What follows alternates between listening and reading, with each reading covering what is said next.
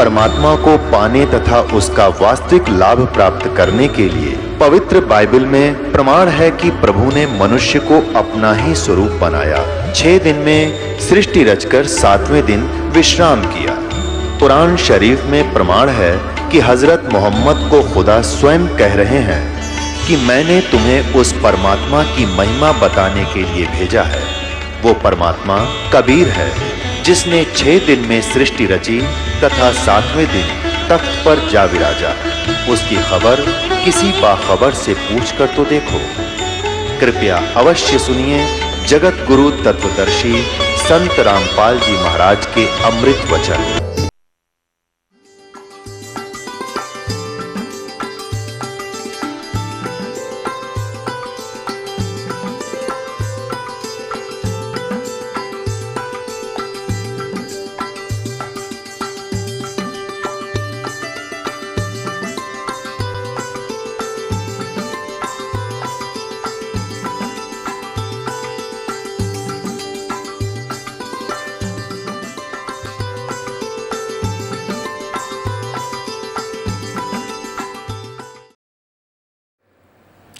ये यही चाहता है कि डिवाइड एंड रूल इनकी आपस में दुर्गति होती रहे, ये भगवान से भूल जाएं और उस अज्ञान आधार पर एक दूसरे के साथ लट्ठम लट्ठा रहे। लेकिन परमात्मा का ज्ञान ये सब अंधेरा हटा देगा और फिर हम पहचानेंगे हम कौन है, कहाँ से आए। बहुत आंखों में पानी आ गया उस बच्चे के, युवा लड़का था, 25-26 वर्ष का, 30 का होगा, और कहे जी बन क्या मेरी सचमुच अक्षमा होगी, माँ बेटा हो गया, आप भक्ति कर, कोई दिक्कत नहीं। ये तो इस ऐसी कड़वी कुलीन है जैसे बालक है, छोटा सा बच्चा 2 वर्ष का, डॉक्टर ने दवाई दी, भाई दवाई दो, उसको कूट पीस के वह कुनीन की दवाई और डाल के थोड़े से पानी में मुंह में डाल दी। वो बच्चे का मुंह कड़वा हो गया, अपनी माँ का थप्पड़ मार रहा है, भाई दूसरे ने पकड़ा उसका मार रहा है, तुमने मेरा जो है ना मुंह खराब कर दिया, रो रहा है, थप्पड़ मार रहा है। तो माता पिता को बुरा नहीं लगता वो बालक, क्योंकि उसको उनको पता है कि इसको कड़वा लगा इसलिए ये दुखी हो गया बेचारा, ये स्वस्थ हो जाएगा, इसको पिलाना जरूरी है, ये दुख रोए चाहे राजी रहे। तो ऐसे पुण्यात्माओं अभी तक आपको मीठी गोली खवाई है इन संतों और महंतों और ऋषि और महर्षियों ने। अब ये कड़वी कुनीन खिलानी पड़ेगी या दवाई आपको बहुत भयंकर रोग है। आप चाहे गाली दो इस दास को और चाहे जयकार करो, वो आपकी मर्जी। ये कुनीन ये दास जरूर खिलाओगा, चाहे कुछ भी आप कुछ भी महसूस करो।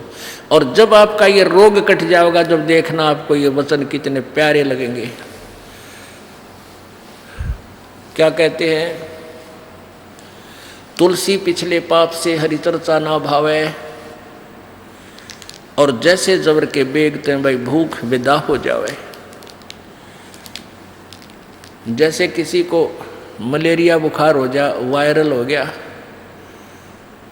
उसको क्या होगा कि रोटी कड़वी लग गए, मनुखा दाख दे दे वह भी कड़वी लग गए, किसी वस्तु को नहीं खाता, कहता मैं नहीं खाऊं, कड़वी लगती है। प्रतिदिन खाने वाला आहार भी आज उसको कड़वा लग रहा है।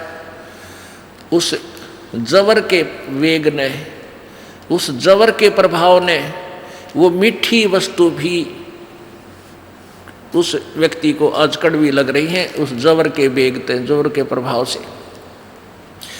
उस जवर के उतारने का विधि कौन सा है, मेथड कौन सा है? यही मेथड है कि उसको कड़वी ही दवाई खिलाई जाए, कुनीन खिलावे, ना चाहते हुए भी खानी पड़ेंगी और फिर वो स्वस्थ हो जाएगा। जब वो कड़वी कुनीन खा के, कड़वी दवाई आहार करके फिर वो स्वस्थ हो जाएगा, तो फिर वो सूखी रोटी भी खाओगा, उसको कड़वी नहीं लगेगी। तो पुण्यात्माओं, अब आपका बुखार उतर गया, ना यहाँ कोई नाचना गाना, ना कोई टनक टनक, किसी प्रकार का कोई साजबाज नहीं, सूखी रोटी खिलाई जा रही है। और लेकिन ये बहुत ही पौष्टिक आहार है और आप सहर्ष खा रहे हो, उमंग उमंग कर आ रहे हो, क्योंकि आप स्वस्थ हो गए, स्वस्थ व्यक्ति को भूख लगती है, अस्वस्थ को नहीं लगती। आपको परमात्मा के वचनों की भूख लगती है, आपकी आत्मा से उस पाप कर्मों का प्रभाव हट गया, आपका बुखार उतर गया ये कड़वे वचन सुन के। तो ये कड़वे वचन ही आपको कुनीन का काम करके आपके अंतःकरण में निर्मलता लाएंगे, और फिर आपको ये वचन अमृत तुल्य लगेंगे, जो आज कड़वे लगेंगे, जो पहली बार सुन रहा था। तो परमात्मा ने क्या बताया है कि जैसे आप जी आम का पौधा लगाना चाहते हो, नर्सरी से पौधा लाए, उसको प्रॉपर, उसके बीजने का प्रॉपर तरीका कैसा है कि जड़ को, मूल को गड्ढा खोद के मिट्टी में जड़ को दबाएंगे, फिर जड़ की सिंचाई करेंगे, पूजा करेंगे, जल डालेंगे, खाद डालेंगे, फिर वो पौधा धीरे धीरे पेड़ बन जाएगा। तो टहनियों के फल लगेंगे, उस आम के पेड़ की टहनियों को फल लगेंगे। तो जैसे अक्षर पुरुष एक पेड़ है, निरंजन वा की डार, और तीनों देवा शाखा है ये पात्र संसार। अब जड़ की पूजा करने से, मूल मालिक पूर्ण परमात्मा को इष्ट मानकर भक्ति करने से आपके शुभ संस्कार बनेंगे, आपकी भक्ति रूपी पौधा बड़ा होगा, और आम का पौधा यानी भक्ति रूपी पौधा जब बड़ा होगा, आपके शुभ संस्कार बनकर ब्रह्मा विष्णु महेश के पास जाएंगे। ये तीनों देवता फिर आपको बिना मांगे आपका संस्कार घर बैठे देकर जाओगे। अब परमात्मा यही बताना चाहते कि तुम इस अध्यात्म ज्ञान से परिचित नहीं हो, इसलिए लड़ पड़ते हो। अब क्या बताते हैं परमात्मा, ये देखिएगा एक भक्ति रूपी पौधा आम का कैसे बीजना चाहिए।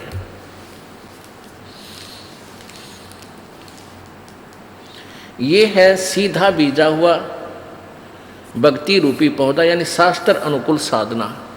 अक्षर पुरुष एक पेड़, ये है मूल मालिक, ये तो पूर्ण परमात्मा है जो जड़ है।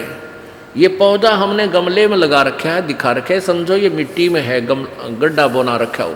तो इसकी मूल की पूजा करेंगे, जड़ की सिंचाई करेंगे। आहार तना में गया, तना से डार में, यानी ज्योति निरंजन ब्रह्म में, और ब्रह्म से फिर ये तीनों शाखाओं में, फिर यहाँ तीनों शाखाओं में रजगुण ब्रह्मा, सदगुण विष्णु, तमगुण शिव जी में।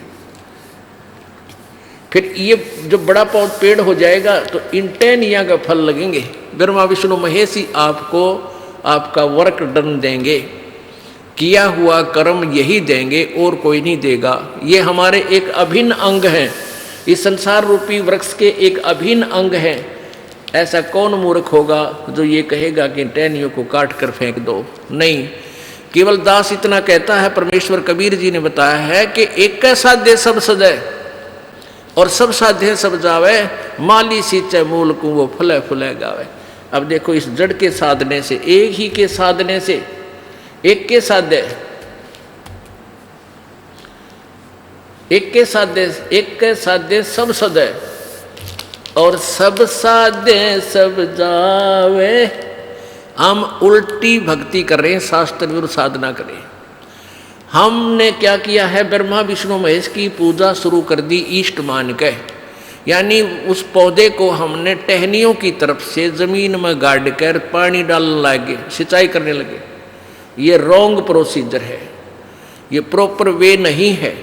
तो परमात्मा ने ये बताया है कि एक के साध्य, ये सब सद है, और सब साध्य सब जावे। भक्ति रूपी पौधा आपका नष्ट हो जाएगा। गीता जी अध्याय नंबर 16 के श्लोक नंबर 23 में कहा कि शास्त्र विधि को त्याग कर जो मनमाना आचरण करते हैं, मनमानी पूजा करते हैं, साधनाएं करते हैं, उनको न तो कोई सुख होता है, न उनकी कोई सिद्धि प्राप्त होती है, और न ही उनकी गति होती है। यूजलेस, व्यर्थ। और यही परमात्मा बता रहे हैं कि एक के साध्य सब सद है, एक के साध्य सब सद है, और सब साध्य सब जावे। माली सींचे मूल को फले फुले गाए। अगाए माने नु कति डट के फले फूलेगा, सच्चाई ठीक करो। ऐसे भक्ति रूपी पौधा आप बोगे, मूल मालिक कबीर परमेश्वर को इष्ट मानकर पूजा करोगे। साधना करोगे तो आपके यहाँ रहते हुए भी जो आपको सुख चाहिए, आपको यहाँ रहते जो आवश्यक वस्तुएं चाहिए, तो आपका इतना संस्कार परमात्मा ब्रह्मा विष्णु महेश के पास भेज देगा आपके अकाउंट में, और वहाँ से फिर आपको वो ब्रह्मा विष्णु महेश देंगे आपका वर्क डन। अपनी तरफ से कुछ नहीं देंगे वो, आपने शास्त्रानुकूल साधना की तो आपका पुण्य बना, पुण्य के प्रतिफल में वो आपको यहाँ की सुख सुविधा प्रदान करेंगे, क्योंकि यहाँ के वे तीनों इंचार्ज हैं, इनको अलग नहीं कर सकते।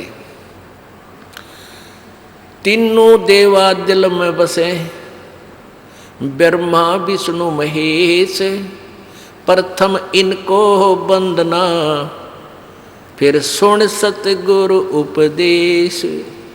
परमेश्वर ने कहा कबीर जी ने कि तीनों देवता दिल में बसे, यानी ये आदरणीय है आपको, ये ब्रह्मा विष्णु महेश अनादरणीय नहीं है, आदरणीय होने चाहिए। और इनसे आगे फिर कहते हैं तीनों देवा दिल में बसे ब्रह्मा विष्णु महेश, और प्रथम इनकी वंदना फिर सुन सतगुरु उपदेश। हम पहले प्रथम फर्स्ट मंत्र आपको इन्हीं से स्टार्ट करते हैं, और फिर सुन सतगुरु के बोल। सतगुरु तत्वदर्शी संत फिर क्या बताएगा, इनकी क्या सचिति है, ये कितने भगवान हैं, इनकी भक्त साधना से कितना मोक्ष होगा, ये काम चलाऊ सरकार है, ये पूर्ण मुख स्वयं भी नहीं है ब्रह्मा विष्णु महेश, ये स्वयं नाशवान है, इनकी जन्म मृत्यु होती है। तो इनकी पूजा पर आधारित होकर इनको इष्ट मानकर पूजने से आप मोक्ष नहीं प्राप्त कर सकते। अब यह कड़वी कुनीन फिर आपको खिला दी, इसके साथ एक ये लालटेन दिखानी जरूरी होगी, क्योंकि ब्रह्मा विष्णु महेश को और नासवान शब्द से संबोधित करना, 4 गोली इकट्ठी कुनीन की खिलाना समझ लो, और फिर इसके साथ एक खांड की फांकी लगवा देंगे तो जीव ठीक हो जाएगी। अब हम पुराणों को सत्य मानते हैं, हिंदू समाज के जितने भी अनुयायी हैं हिंदू लोग, और उन्हीं पुराणों में लिखा ये नासवान है, तो यह खांड की फांकी आपको लगवा देंगे तो जीव खराब ना रहेगी, आपके मन में दोष नहीं आएगा। अब देखिएगा संक्षिप्त देवी भागवत गीता प्रेस गोरखपुर से प्रकाशित है, और गीता प्रेस गोरखपुर एक ऐसी ये संस्था है, इसके बारे में पूरे हिंदू धर्म को विश्वास है, ये ऑथेंटिक रिकॉर्ड है। ये देखिएगा, संपादक है हनुमान प्रसाद पोदार चिमनलाल गोस्वामी। केवल एक झलक दिखाएंगे आपको 123 पृष्ठ पे। ये देखिएगा 123 पृष्ठ,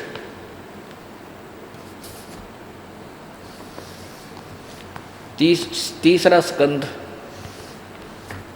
तुम शुद्ध स्वरूपा हो। भगवान विष्णु जी दुर्गा देवी की स्तुति करते हुए कह रहे हैं, तुम शुद्ध स्वरूपा हो, यह संसार तुम्ही से उद्भासित हो रहा है। मैं ब्रह्मा और शंकर हम सभी तुम्हारी कृपा से विद्यमान हैं। हमारा आविर्भाव और तिरोभाव हुआ करता है। केवल तुम ही नित्य हो, जगत जननी हो, प्रकृति और सनातनी देवी हो। आविर्भाव माने जन्म, तिरोभाव माने मृत्यु। ब्रह्मा विष्णु जी कह रहे हैं, मैं विष्णु, मैं ब्रह्मा और शंकर हम सभी तुम्हारी कृपा से विद्यमान हैं। हमारा आविर्भाव माने जन्म और तिरोभाव माने मृत्यु होता है, हुआ करता है। हम नित्य नहीं है, केवल तुम ही नित्य हो। नित्य माने अविनाशी। और जगत जननी हो, प्रकृति और सनातनी देवी हो। प्रकृति दुर्गा को कहा, ये भी याद रखना, ये गीता जी में काम आओगा आपका, जब ये दास आपको ब्रह्मा विष्णु महेश की स्थिति सृष्टि रचना श्रीमद् भगवद गीता जी के अंदर प्रमाणित करेगा। ये देखो, अब यहाँ शंकर जी बोल रहे हैं, भगवान शंकर बोले, देवी यदि महाभाग विष्णु तुम ही से प्रकट हुए हैं, यानी उत्पन्न हुए हैं, जन्म लिया है, तो उनके बाद उत्पन्न होने वाले ब्रह्मा भी तुम्हारे ही बालक हुए। फिर मैं तमोगुणी लीला करने वाला शंकर क्या तुम्हारी संतान नहीं हुआ? अर्थात मुझे भी उत्पन्न करने वाली तुम ही हो। शिवे, संपूर्ण संसार की सृष्टि करने में तुम बड़ी चतुर हो। 123 ही पढ़कर सुना रहा हूँ आपको। इस संसार की सृष्टि सतिथि और संसार में तुम्हारे गुण सदा समर्थ हैं। उन्हीं तीनों गुणों से उत्पन्न हम ब्रह्मा विष्णु एवं शंकर नियमानुसार कार्य में तत्पर रहते हैं। अब इससे कितने कंसेप्ट क्लियर हो गए? पहले तो ये हुआ कि ब्रह्मा विष्णु महेश नासवान है, इनकी जन्म मृत्यु होती है। दूसरा ये हो गया कि दुर्गा इनकी माता है, इससे इनका जन्म हुआ है। और तीसरा ये होगा कि रजगुण ब्रह्मा है, सतगुण विष्णु, तमगुण शिव। तो गीता जी अध्याय नंबर 15 के श्लोक नंबर 1 में, 2 में और 3, 4 में यही स्पष्ट किया है कि ऊपर को जड़ वाला और नीचे को ये तीनों गुण रूपी शाखा वाला, ये संसार रूपी वृक्ष है। और जो संत इसको पूरे विभागों सहित जानता है, तना कौन भगवान है, मूल मालिक का क्या नाम है, डार कौन है और वही पत्ते कौन है, शाखा कौन है, वो तत्वदर्शी संत है। फिर क्या बताया है चौथे अध्याय के 3 श्लोक में कि जब तत्वदर्शी संत मिल जाता है, 15वें अध्याय के 1, 2, 3 और 4, इन चारों श्लोकों का एक सामूहिक सा अनुवाद दास आपको शॉर्ट में बताता है, संक्षिप्त में, कि इस संसार रूपी वृक्ष के बारे में गीता ज्ञानदाता कहता है कि यहाँ विचार काल में, अर्थात तेरे मेरे गीता जी के डिस्कशन में, इस ज्ञान के डिस्कशन में, यानी गीता ज्ञान देते समय मैं पूर्ण रूप से परिचित नहीं हूँ संसार रूपी सृष्टि की रचना के विषय में, क्योंकि इसका जन्म भी बाद में हुआ था सतलोक में, जो परमात्मा ने सारी सृष्टि रच दी थी। इसलिए वो कहता है कि उस तत्वदर्शी संत के मिलने के पश्चात इस अज्ञान रूपी उलझी हुई गुत्थी को उस तत्व ज्ञान रूपी शस्त्रते काट के, यानी तत्वदर्शी संत से ये ज्ञान समझकर उसके पश्चात उस परमेश्वर के उस परम पद की खोज करनी चाहिए, जहाँ जाने के बाद ये प्राणी लौट के फिर संसार में कभी जन्म नहीं लेता, अर्थात पूर्ण मोक्ष प्राप्त करता है। और जिस परमेश्वर ने संसार रूपी वृक्ष के ये प्रवृत्ति विस्तार को प्राप्त हुई, अर्थात जिसने सारे ब्रह्मांडों की रचना की है, गीता ज्ञानदाता कहता मैं भी उसी की शरण में हूँ। इस गीता जी अध्याय नंबर 18 के श्लोक नंबर 62 में कहा है कि हे अर्जुन, तू सर्वभाव से उस परमेश्वर की शरण में जा, जिसकी कृपा से तू परम शांति और शाश्वत स्थानम, शाश्वतम स्थानम, ये तो संस्कृत है। शाश्वत माने सदा रहने वाला, सनातन सबसे पहले वाला और सदा रहने वाला, अविनाशी अचल। और स्थान माने धाम कहो, स्थान कहो, लोक कहो, हम उसे सतलोक कहते हैं। यजुर्वेद अध्याय नंबर 5 के मंत्र नंबर 32 में इसको रत धाम कहा है। रत माने सत्य, धाम माने लोक को, स्थान कहो, कि वो कबीर परमात्मा रत धामा शवर ज्योति रत धामासी, वो स्वयं प्रकाशी सतलोक में रहता है, सतलोक वासी है, सतलोक वाला है, सतलोक का मालिक है। पुण्यात्मा, गीता जी अध्याय नंबर 18 के श्लोक नंबर 66 में, गीता जी अध्याय नंबर 18 के श्लोक नंबर 66 में एक निर्णय दिया है। जैसे गीता जी अध्याय नंबर 8 के श्लोक नंबर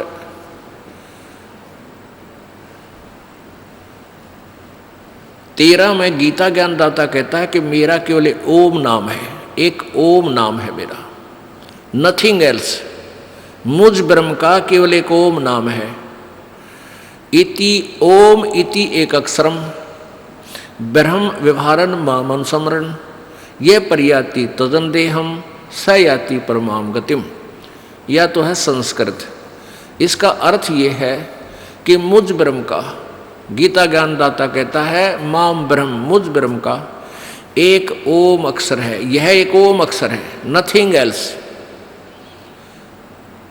उच्चारण करके स्मरण करने का, और जो अंतिम श्वास तक इसका स्मरण करता रहता है वो मेरे वाली, मुझसे मिलने वाला लाभ, मेरे वाली गति को, परम गति को प्राप्त होता है।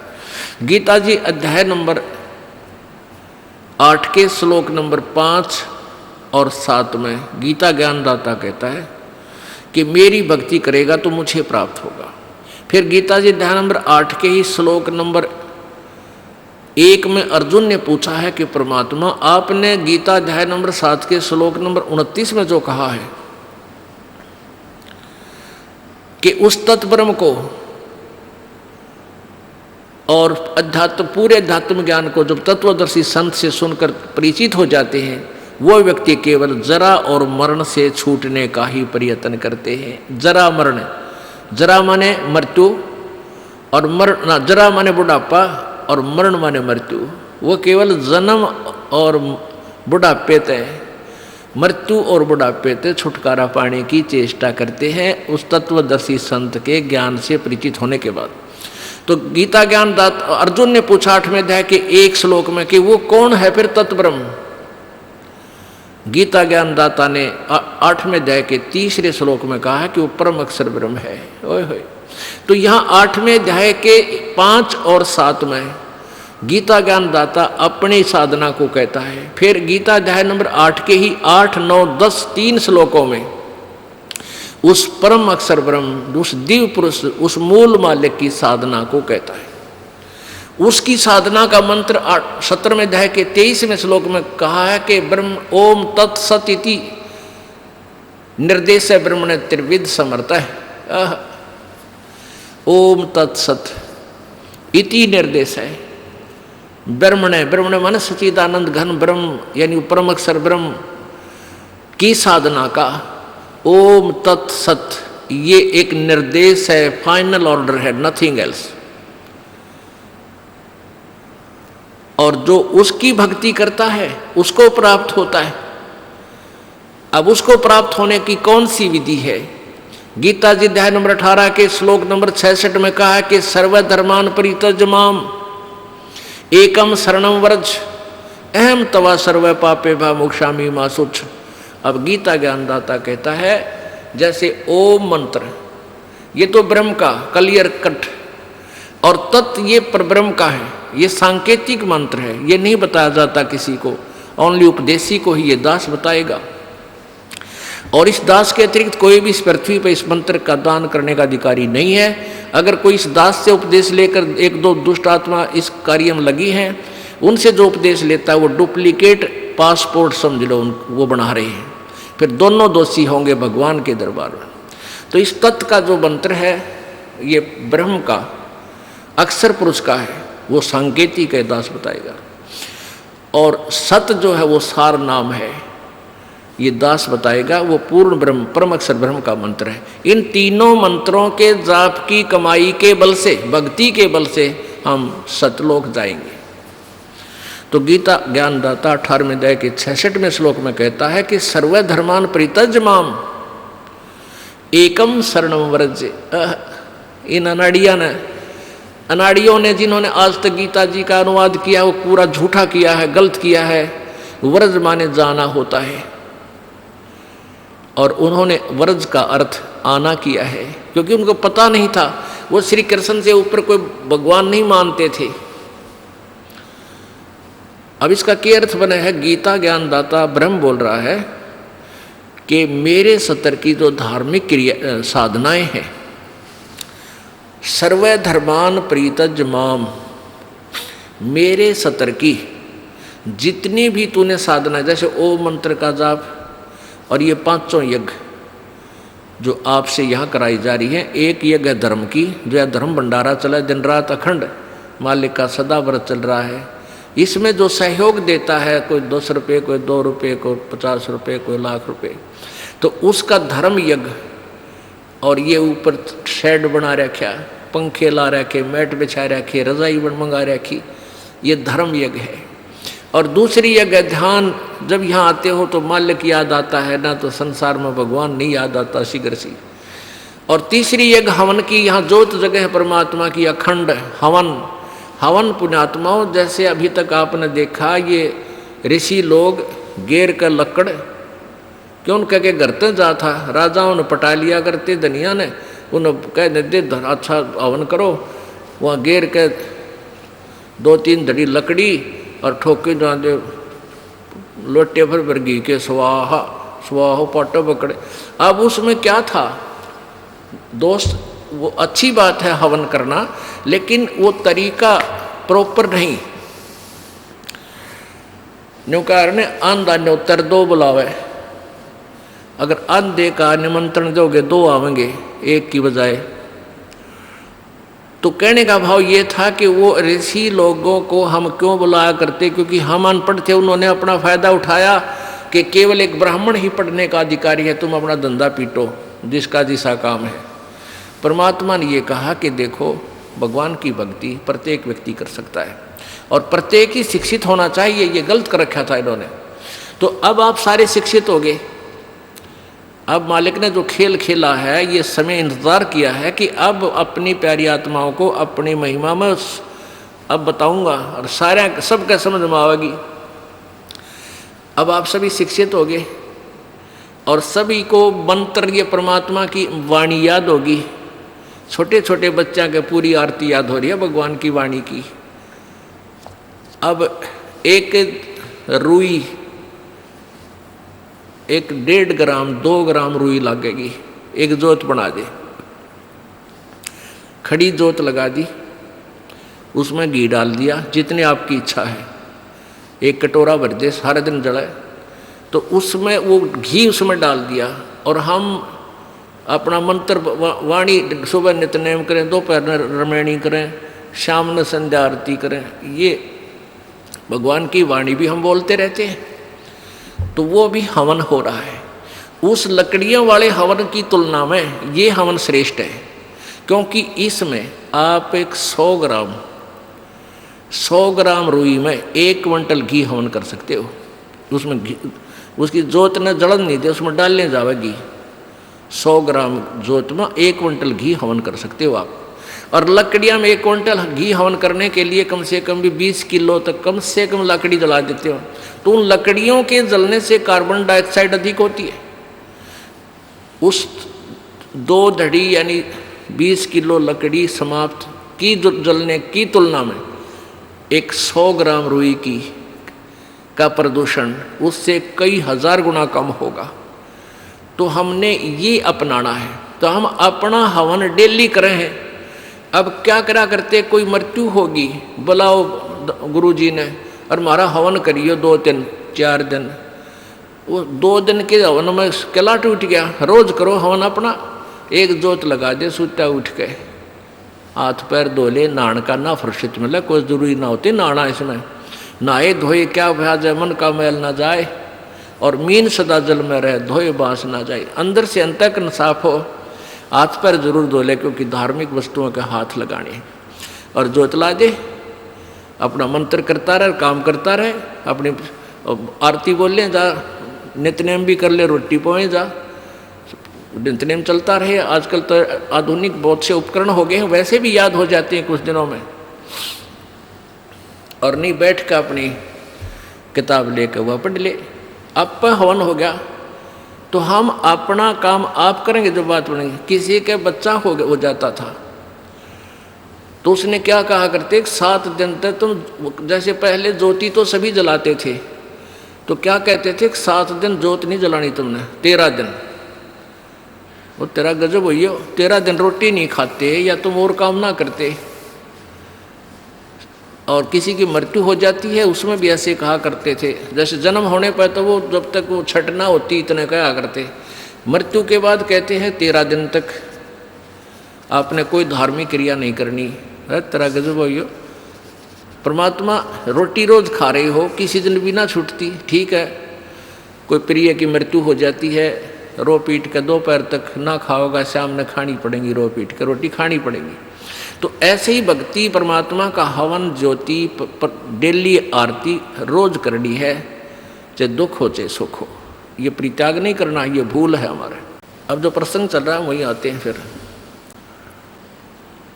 अब पांचों यज्ञ आप कर रहे हो, एक यज्ञ धर्म की, दूसरी यज्ञ ध्यान और तीसरी यज्ञ हवन की। यहाँ जितने भी जैसे पाठ चल रहे हैं, अगर 150 पाठ हैं तो 150 ज्योति जला दी जाएंगी और 3 दिन तक अखंड ये ज्योति जलेंगी।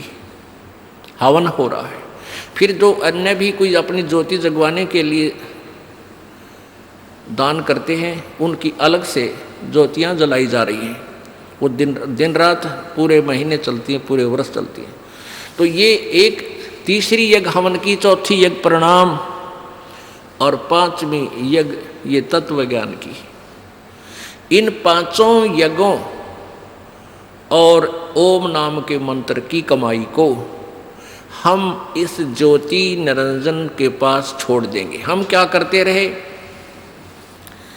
हम पहले ओम नाम का जाप करते, ये पांचों यज्ञ करते, उसका फल हम स्वर्ग, महास्वर्ग, ब्रह्मलोक में जाकर नष्ट कर देते ये पुण्य।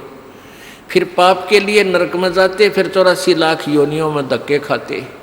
अब परमात्मा से हम की वाणी से हमें ज्ञान हो गया कि इस कमाई को हम वेस्ट नहीं करेंगे। हम यहाँ कोई मंत्री बनेंगे, ना हमने मुख्यमंत्री बन की हो सकता, ना प्रधानमंत्री, ना इंद्र की पदवी हमें नहीं चाहिए। इंद्र दा राज काग दा बिष्टा, इंद्र स्वर्ग का राज भी हमारे लिए काग की बीट तुल हो जाना चाहिए। यदि आप सतलोक जाना चाहते हो और तुम्हारे सरपंच की पीपी इधर बैठो है तेरा, फिर किसे भगत तुम?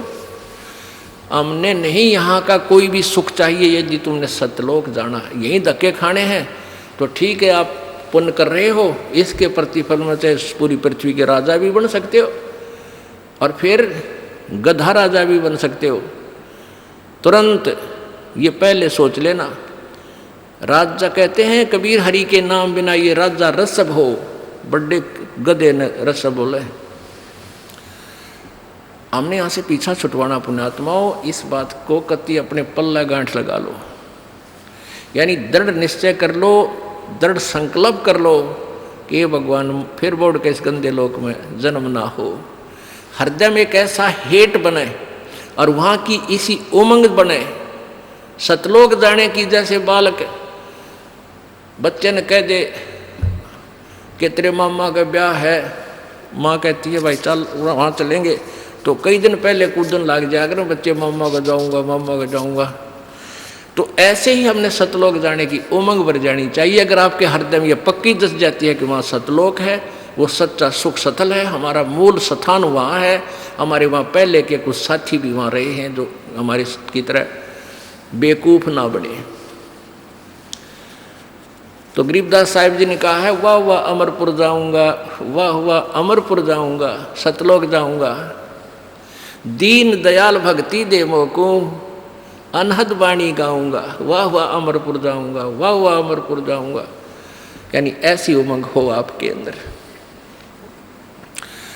तो ऐसे ये 5 यज्ञ जब होगी तो पांचों यज्ञों का प्रतिफल और ओम नाम की जो कमाई है हम यहाँ नहीं लेंगे, कत्ती भी नहीं लेंगे। चाहे हमने आपका तो बेरना पर दास तो थूके भी नहीं आके इस राज और पाठ और 21 ब्रह्मांड भी दे तो भी नहीं चाहिए। हमने तो झंझट मिटवाना संग जन्म का। 4 मुक्ति जहाँ चंपी करती माया होरी दासी, और दास गरीब अभय पद पर से वो मिले राम अविनाशी।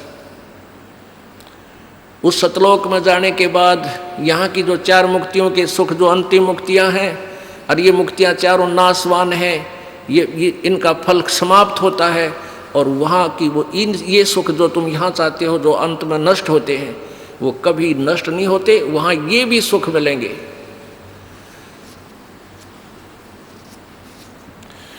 तो गीता अध्याय नंबर 18 के श्लोक नंबर 66 में कहा है, जो 62 में कहा ना जिस उस परमेश्वर की शरण में जा, तो 66 में कहा कि यदि तुम उसकी शरण में जाना है तो सर्व धर्मान परित्यज माम, मेरे सतर के सारी धार्मिक अनुष्ठान का फल मुझे छोड़। परित्यज यानी छोड़, या मेरे पास दे दे, मैं तुझे। क्योंकि जैसे हमने किसी का ऋण ले रखा है तो ऋण, और हमें बंधुआ मजदूर बना रखा है उसने, हम उसका ऋण दे देंगे, वो हमें बंध से मुक्त कर देगा। तो ये कहता है कि मेरे सत्र के जो तूने यहाँ सैर सपट्टे करे हैं मेरे लोक में, वो किराया दे मेरा, और फिर तू एकम शरणम व्रज। एकम माने जिसके बराबर दूसरा ना हो, अद्वितीय, उस अद्वितीय भगवान, उस पूर्ण परमात्मा की शरण में जा, फिर मैं तुझे सब पापों से मुक्त कर दूंगा, तू चिंता मत कर। अब उस लोक में कैसे जाया जाएगा? होले सुहागण सुरता त्यारे, मालिक घर जाना है तू तो। होले सुहागण सुरता त्यारे, उस मालिक के घर में कैसे जाना है? तेरे कोटी में झांक सुरता, तो हे पति बुलावे हे, इस मोह ममता के जाल में तन काल फंसावे हे। गीता जी अध्याय नंबर 17 के श्लोक 23 में ओम तत्सत जो बोला है, तो हम क्या करेंगे? ओम नाम की सारी साधना, जप और 500 यज्ञ की गेठड़ी। पहले जो आपको पहला मंत्र दिया है, इस पहले मंत्र के जाप से, प्रथम मंत्र जो आपको देते हैं 7 मंत्रों का, तो इन 2 मंत्र फर्स्ट एंड लास्ट, ये तो परमेश्वर की साधना इसके पैरेलल है। ये इसलिए दिया जाता है कि जैसे आपको पहला मंत्र दे दिया और प्रथम मंत्र जो दिया जाता, हो सकता है महीने 2 महीने 6 महीने में आपका विश्वास रहे को ना, और आपकी मृत्यु का समय आ गया तो आपकी टिकट कटने की बात है। भगवान से अविश्वास होते काल छोड़ना नहीं, और विश्वास है तो काल निकट नहीं आ सकता। परमात्मा कहते हैं जमजो राजा से डरे धर्म राय धर धीर, अदली असल कबीर है। तो कहते हैं उस जमजो राजा से डरे मिटे कर्म के लेख, अदली असल कबीर हैं कुल के सतगुरु एक।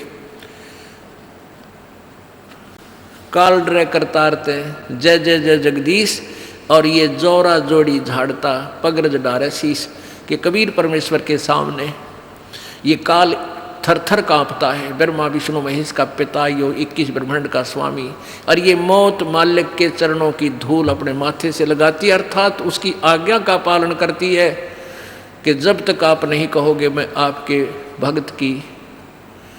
भक्त को नहीं मारूंगी। तो अगर हम भगवान से, हम परमात्मा के अविश्वास कर लेते हैं, फिर काल संस्कार से अनुसार ही आपकी मृत्यु कर देगा, वह मृत्यु आ जाएगी। जब लग हंसा हमारी आना, और काल लगे ना तेरा बाणा। जब तक ये प्यारी आत्मा, परमेश्वर कबीर जी कहते हैं कि जब तक ये हंस, ये प्यारी आत्मा मेरी आन कान में, मेरी मर्यादा में रहेंगे, नियम भंग नहीं करेंगे, तो काल तेरा तीर नहीं लग सकता, तो इनको मार नहीं सकता, इनको बर्बाद नहीं कर सकता। तो क्या बताया है कि ये 2 मंत्र हैं फर्स्ट एंड लास्ट। यह कमाई पैरेलल चल रही है उस परम पिता की, ये भी उसकी कमाई है। और बीच के जो मंत्र हैं, एक गणेश जी जैसे मूल कमल के खोलने का वो मंत्र है, और इन कमलों के ऊपर इन ब्रह्मा विष्णु महेश, दुर्गा और गणेश, इनका अधिपत्य है। हमने इनके लोक में रहकर हम निर्धन हो गए, इनसे कर्जा ले लिया, हमने इनका कर्जा लौटाया नहीं, तो इन्होंने सब सुविधाएं बंद कर दी। जैसे हम विदेश चले जाते हैं, विदेश जाकर के हमने कोई फैक्ट्री वगैरह लगा ली, फैक्ट्री ठीक ढंग से हमने चलाई कोई ना, तो वहाँ सरकार से लोन ले लिया, और उधर से जब हमने वो टेलीफोन का बिल नहीं भरा, टेलीफोन कनेक्शन कट गया, बिजली का नहीं भरा, बिजली कनेक्शन कट गया, पानी का नहीं बिल भरा, पानी का कनेक्शन कट गया, तो हम दूने दुखी हो गए। तो उसका क्या, हम आना चाहते हैं स्वदेश, उसका तरीका है कि वहाँ कोई आपका एक ऐसा गारंटर बने जिसे सरकार स्वीकार करे, और वो गारंटर फिर आपका सभी सुविधाएं आपकी चालू करवाओ फैक्ट्री की, फिर आप कमाई करके उनका ऋण उतारो, तब स्वदेश आया जाएगा, नहीं तो नहीं आ सकते। तो ये पहले हम यहाँ विदेश आए हुए हैं, हम स्वदेश जाना है। कहाँ? सतलोक में। ये पृथ्वी हमारा विदेश है, ये काल का लोक है, यहाँ हमारी सारी सुविधाएं डिस्कनेक्ट हैं। अब ये बीच के जो 5 मंत्र हैं, इनकी कमाई से ये दास आपका गारंटर बनेगा और फिर ब्रह्मा विष्णु महेश आपकी वो सुविधाएं फिर प्रारंभ कर देंगे। आपने किस्तों के अंदर इनका वो लोन उतारना है।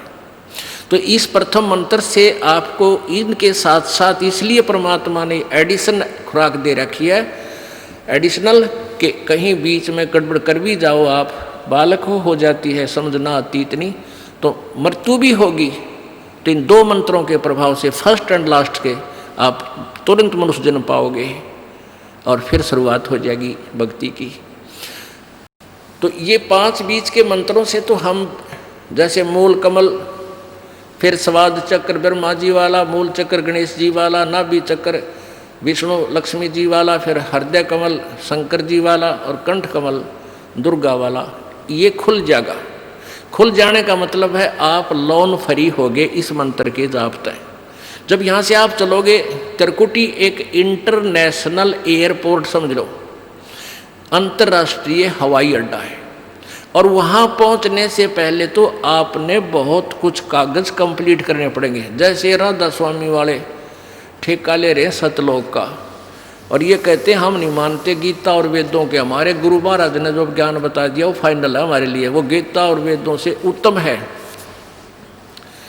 और वो कहते हैं हमारे गुरु जी तो सीधा त्रिकुटी से प्रारंभ करते हैं, हम तो त्रिकुटी पर जाते हैं, हमने नीचे से कुछ लेना देना नहीं। अरे भले आदमियों, त्रिकुटी कोई बड़का का खेल है, त्रिकुटी में पहुंच जाओगे। ये बरवाड़े का बस स्टैंड थोड़ा है, कोई पैदल चला जा तो पहुंच गया, या साइकिल पर जा तो भी खड़ा हो जा जाके। त्रिकुटी तो इंटरनेशनल एयरपोर्ट है, वहाँ जाने से पहले आपने इस काल के झंझट से अपना पल्ला छुटवाना पड़ेगा। जब तुम्हें जान देंगे, कौन जान देगा, चौनी दो रहा नहीं बात करे अमेरिका जान की, तो पहले कमाई कर, सारे प्रोसीजर पूरे कर, अपना पासपोर्ट बनवा, वीज़ा लगवा, जब जाएगा एयरपोर्ट पे दे, जब जाएगा एयरपोर्ट पे दे, जान देगा तेरे को। तो क्या बताते हैं, त्रिकुटी पर जब हम जाएंगे, जब इस दुर्गा तक से हम फारिग हो जाएंगे कंठ कमल तक, फिर त्रिकुटी आओगा कमल, वो स्टेशन आओगा, वो इंटरनेशनल एयरपोर्ट है। अब वहाँ से जिसने जहाँ की साधना कर रखी है, स्वर्ग की या महास्वर्ग की या कोई और अन्य देवी देवता ब्रह्मा की या विष्णु की, वहाँ से उनको वहाँ की टिकट बनाकर तुरंत बैठा दिया जाता है, गोली हो। अब हमने सतलोक की कर रखी, तो सतलोक की जो वहाँ फिर अकाउंट दिया जाएगा, परमात्मा आएगा इस दास के रूप में जब आप त्रिकुटी पर पहुँचोगे। लेकिन होगा जब आपके अंत समय होगा। किसी भी सदग्रंथ, किसी भी महापुरुष की वाणी देख ले, गीता जी अध्याय नंबर 8 के श्लोक नंबर 13 में ये ब्रह्म कह रहा है कि मेरी साधना करनी है तो ये ओम नाम है, अंतिम सांस तक करते रहना तब मेरे पास आएगा। ऐसे परमेश्वर कहते हैं राम नाम रटते रहो जब तक घट में प्राण, और कदे तो दीन दयाल के भनक पड़ेगी कान। अंतिम श्वास तक जाप ही करते रहना, इसकी सिमरण करते रहना कमाई का। तो जब आप यहाँ संसार छोड़कर चलोगे, त्रिकुटी पर पहुँचोगे, तो वहाँ जाकर के आपने देखना है कि गुरुजी कहाँ हैं। वहाँ कैसा होगा, एक मेला सा भरा होगा। जैसे कोई कित्तकार है, तू कौन है भाई, मैं राधा स्वामी वाला का हूँ, तू कौन है, मैं फलाना ओ शंकर का पुजारी था। तो वहाँ सारा मेला भरा कॉमन। तो वहाँ फिर अपने अपने वो गुरुजी ने ढूंढे हुआ, भाई तुम अपने गुरु को देख लो कहाँ है। वो नकली होगा तो पाओ को जा, और असली गुरु उनके भी होंगे तो वो आगे खड़े पाओगे ना, वो सीधे नरक में टाल दिए जाते हैं। तो वहाँ आपने गुरुजी को देखना है, तो वो परमेश्वर इस दास के रूप में आपको उस एयरपोर्ट त्रिकुटी पर मिलेगा। और फिर वो सारी क्रियाएं वहाँ फिर काल के दरबार में ले जाएगा, धर्मराज के में, कि भाई अपना अकाउंट कर मारे भगत का, इसकी इतनी कमाई है। जैसे वकील होता है, जा करके सारी सुविधा करवा देता है, सारे कागज पत्र तैयार करके सारी काम कर देता है, जमानत ले लेता है, दिलवा देता है। तो वहाँ पूरे कागज भर के, अरे भाई इसकी इतनी कमाई है, तुम्हारा इतना इसका बैलेंस है, क्लियर करो इसका, और चल भाई सतलोक में। फिर ब्रह्म बीच में जो ये ओ मंत्र का वहाँ दे दिया, जैसे सर्वधर्मान परित्यज माम एकम शरणम व्रज। अब ब्रह्म तक का अकाउंट हमने त्रिकुटी पर कर दिया। फिर रह गया अक्षर पुरुष पर ब्रह्म का, वो तत्व मंत्र जो दूसरा मंत्र है ओम के साथ जो सतनाम के अंदर, इसका परब्रह्म को इसका अकाउंट दे दिया कि उसके 7 शंख ब्रह्मंडों में से हमने पार करना है, यहाँ पर कोई ना छोड़े बगैर कुछ टैक्स लिए, उसको दे देंगे। फिर हम तीसरा मंत्र जो सतनाम सार नाम है वो हमें सतलोक ले जाएगा, स्थायी स्थान मिलेगा। तो क्या बताया, तेरे कोटि में झांकी सुरता तो हे पति बुलावे है, इस मोह ममता के जाल में तने काल फसावे है। अपने पति को भूल बावड़ी बैठी आराम संगर के, काम क्रोध मोह लोभ मस्करे रहिए जा रात डर के। अपने पति को भूल बावड़ी बैठी आराम संगर के, काम क्रोध मोह लोभ मस्करे रहिए जा रात डर के। मात पिता संतान संपत्ति में तू तो उलझ गई घर के, मिलना चाहे पति अपने ते बांधे कफन सिर के। देख जीवती मर कहे सुरता किसा आनंद आवे, इस मोह ममता के जाल में तन काल फसावे।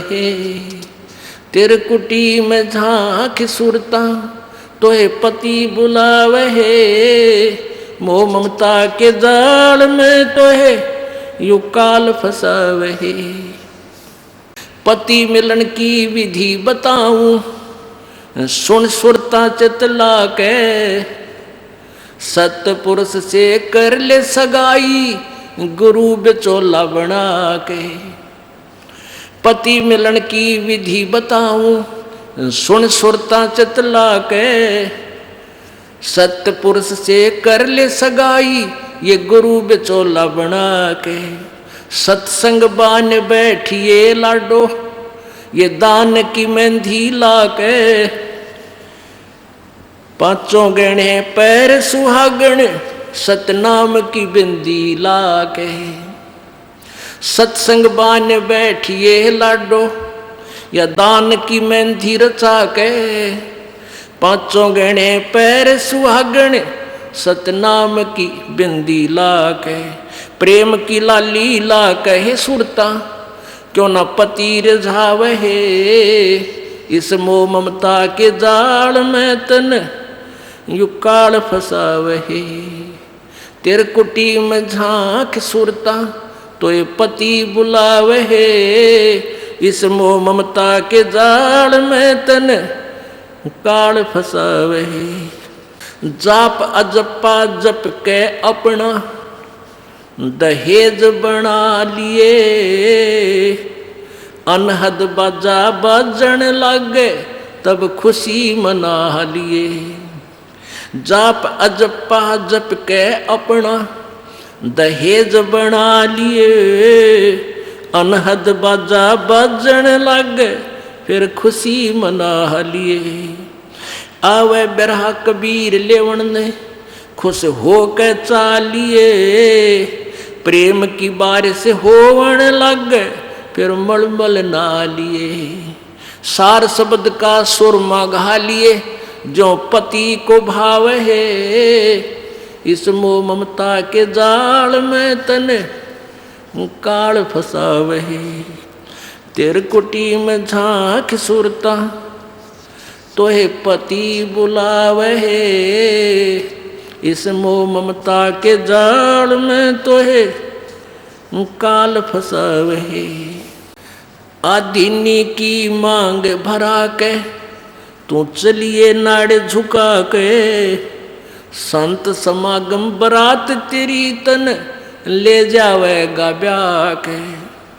आदीनी की मांग भरा ले चलिए नाड़े झुका के, इस संत समागम बरात तेरी तन ले जावेगा ब्याह के। सुरत नृत है डोली तेरी बैठ सुन शिखर में जाके। ये मकर तार का खेल कांगना अल्लल ध्यान जचा के। सुरत नृत है डोली तेरी बैठ सुन शिखर में जाके। मकर तार का खेल कांगना अल्लल ध्यान जचा के। बैठ विश्वास सेज बिछा के वो शब्द छैल आवहे। इस मोह ममता के जाल में तो है काल फसावहे।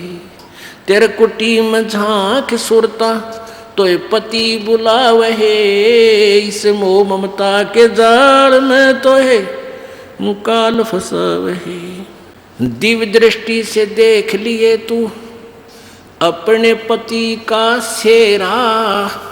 सुन शिखर में एक श्वेत महल है जहाँ तेरे पति का डेरा। दिव्य दृष्टि से देख लिए तू अपने पति का सेरा। सुन शिखर में श्वेत महल है वहाँ तेरे पति का डेरा। इन त्रिलोकी यारों को भूल बावड़ी इच्छा बीज भस्म हो तेरा। राम दुहाई साच कहत हूँ सतगुरु करावे फेरा। इन त्रिलोकी यारों को भूल बावड़ी इच्छा बीज भस्म हो तेरा। राम दुहाई सच कहत हूँ सतगुरु करावे फेरा। रामपाल सतगुरु का चेहरा रामपाल हो सतगुरु का चेहरा। यू काल खड़ा लखावे है। इस मोह ममता के जाड़ में तो है काल फसावे है। तेरे कुटी में झांक सुरता तो है पति बुलावे है। इस मोह ममता के जाल में तो है यू काल फसावे है। अपनात्मा ये वही दवाई है जो थोड़ी सी बूरा में डाल कर दी जाती है। ये वही ज्ञान है जो परमात्मा ने बताया है। इस शब्द यानी पद्य भाग में इसको उसी तरीके से समझाया है। क्या बताया है कि त्रिकुटी में झांक सुरता तो है पति बुलावे है। इस मोह ममता के जाल में यू काल फंसावे। आप दूसरे एक दूसरे में फंसे बैठे हैं। ये मेरा बेटा है, ये बेटी है, रिश्तेदार है, ये कार है या कोठी है, ये बहन है। तो पुण्यात्माओं कल आपको बताया था एक लेवा एक देवा दूतम और कोई किसी का पिता नहीं पूतम। ऋण संबंध जुड़ा एक ठाठा अंश में सब बारह बाटा। ठीक है, जब तक हमने ये देख लो कि हम सफ़र कर रहे हैं। हम एक कंपार्टमेंट में बैठे हैं, एक डिब्बा में बैठे हैं ट्रेन के में। तो वहाँ आपके साथ हैं जो भी आपके साथी हैं, वो सब हम सफ़र हैं। उनसे प्यार से रहना है, अच्छा शिष्टाचार से व्यवहार करना है, एक दूसरे के दुख में दुखी होना है। कोई बीमार है उसके लिए पानी लावे, ट्रेन रुक जाती है भाग कर ठंडा मांगे, ठंडा लावे, यानी उसकी सेवा करें। आप एक दूसरे से प्यार में रहें और जिसका जहाँ स्टेशन आता जाएगा वो उतरता चला जाएगा। तो ये संसार, अब हम सफ़र में हैं सभी और एक कंपार्टमेंट हमारा एक परिवार है। तो हमने एक दूसरे के साथ बहुत अच्छे शिष्टाचार से, बड़े प्यार से एक दूसरे के दुख में दुखी होकर रहना चाहिए, ताकि ये सफ़र आसानी से कट जाएगा। और उस कंपार्टमेंट में और खींचा तानी ताना बाजी आपस में झगड़ा शुरू हो गया तो कहर हो जाएगा, 2 घंटा सफ़र मुश्किल हो जाएगा। तो ऐसे हम इस संसार इस सफ़र में हैं और जिसका जिस समय भी वो बस स्टैंड व स्टेशन आ जाएगा वो वहीं उतरना होगा, शेष आगे चल पड़ेंगे। तो ऐसे सोचकर हमने इसमें रहना। क्या बताते हैं, तो वो सफ़र में चलने वाले व्यक्ति वहीं तक सीमित होते हैं, फिर आगे रिश्तेदारी नहीं बनाते उनके साथ, ना उनसे कोई संबंध रखते। लेकिन जब तक वहाँ रहते हैं सभ्य व्यक्ति बहुत ही अच्छी तरह प्यार से बहन भाई को बहन को बहन की दृष्टि से, माई को माँ की दृष्टि से देखते हुए, यानी हर तरह से चलते हुए अपना अच्छी तरह सफ़र तय कर ले। तो ऐसे ही हम संसार रूपी जीवन रूपी सफ़र में एक परिवार रूपी कंपार्टमेंट में बैठे हैं, डिब्बे में। तो इनको अपना ही नहीं मान, इनके साथ ही उलझना नहीं है, अपने स्टेशन पर उतर जाना चाहिए तुरंत ही। तो ऐसे ही हमने यहाँ से आगे चलने की विधि बनानी है। अपने पति को भूल बावड़ी, इस आत्मा को समझाया जा रहा है कि तू अपने मालिक ने, अपने स्वामी सतपुरुष सतलोक को वाले मालिक को सदा सुखी रखा था, कोई दुख नहीं देवा था, उसको भूल के और यहाँ अन्य इष्ट पर आश्रित होगी, इसको अपना स्वामी बना लिया, यानी अन्य देवता की पूजा शुरू कर दी, वो न्यारा खसम बना लिया। खसम माने स्वामी, मालिक, इष्ट, जिसकी हम आड़ लेते हैं, जिससे कुछ इच्छा करते हैं। अपने पति को भूल बावड़ी बैठी यारा में सिंगर के, और काम क्रोध मोह लोभ मस्करे रहिए इन जारा ते डर के। मात पिता संतान संपत्ति में तो उलझ गई गिर के, और जब मिलना चाहे पति अपने पर बांध कफन सिर के। अब तो यही ये संपत्ति मेरी है, ये संतान मेरी है, तेरा बुद्धि का दायरा यदि यहीं तक सीमित है तो फिर तू यहीं रह जाएगी। ये कौन है? ये मालिक के बच्चे हैं, आपके संस्कारवश आपको सेवा दी है इनकी। माता पिता ने अपना रोल करना चाहिए जो माता पिता का होता है, पिता पुत्र ने, पुत्र वधू ने भी अपना रोल करना चाहिए जो पिता और माता के प्रति उसका कर्तव्य बनता है। तो ऐसे हमने अपनी भूमिका को अच्छी तरह सुचारू ढंग से निभाना है, तभी हम यहाँ भी सुखी रहेंगे और सतलोक भी चले जाएंगे। अब देखा कैसे करते हैं, जैसे कोई मित्र और उसकी पत्नी आ जाते हैं मिलने के लिए, तो हम क्या करते हैं, मित्र को भी पूरा रिस्पेक्ट देते हैं, आओ आओ भाई साहब यहाँ बैठो। उनकी पत्नी आती है, आओ बहन जी, आओ बहन जी बैठो, और प्लेट ले आवें, सब्जी आप ठा के ले आवें, ले खाना खाओ, है बिस्कुट खा लो, चाय पी लो, कितना प्यार देते हैं। और अपनी पत्नी ने खुरकावा है, घुटकी गाल है तो, और दूसरे की पत्नी को कितना प्यार से बोल रहे हो। तो क्यों ना हम अपने घर में भी ऐसा ही माहौल बना लें। अब जैसे घर में कोई नुकसान करके कोई राजी नहीं, कोई नहीं करता, ठीक है, अनजान बालक तो कुछ भी कर दें, ना पत्नी करे नुकसान और ना ही पति कर सकता, ये तो होना हो सब वो हो जाता है। तो हमने अपने से आद्य क्लेश को तो हम स्वयं अपने सोच से मिटा सकते हैं, और साथ में भगवान भी रहेगा आपके।